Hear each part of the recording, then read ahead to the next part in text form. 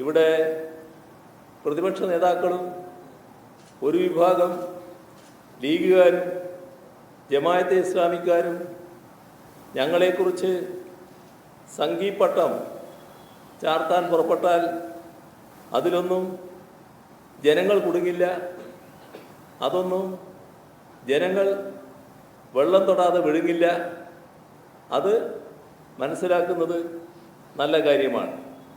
ഇവിടെ ജമാഅത്തെ ഇസ്ലാമി നയിക്കുന്ന ഇത്തരത്തിലുള്ള വർഗീയ കുബുദ്ധികളുടെ ദിവാസ്വപ്നം മാത്രമായി അത് തീരുമെന്നാണ് കാണേണ്ടത്. 1991 നമ്മളിവിടെ കോലീബി സഖ്യം കണ്ടതാണല്ലോ. കോൺഗ്രസും ലീഗും BJPയും കൂടിയാണല്ലോ ആ സഖ്യത്തിൽ ഏർപ്പെട്ടത്.